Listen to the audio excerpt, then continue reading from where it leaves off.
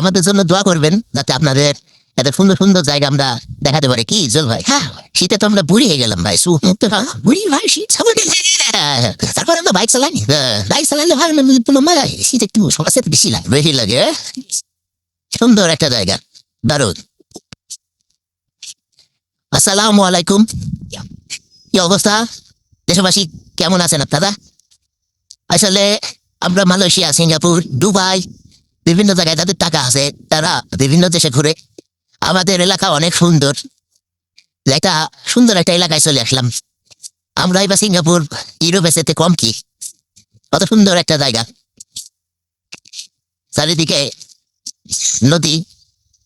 আর এবার দূর থেকে প্রচুর অতিথি পাখি আমাদের দেশে এসেছে।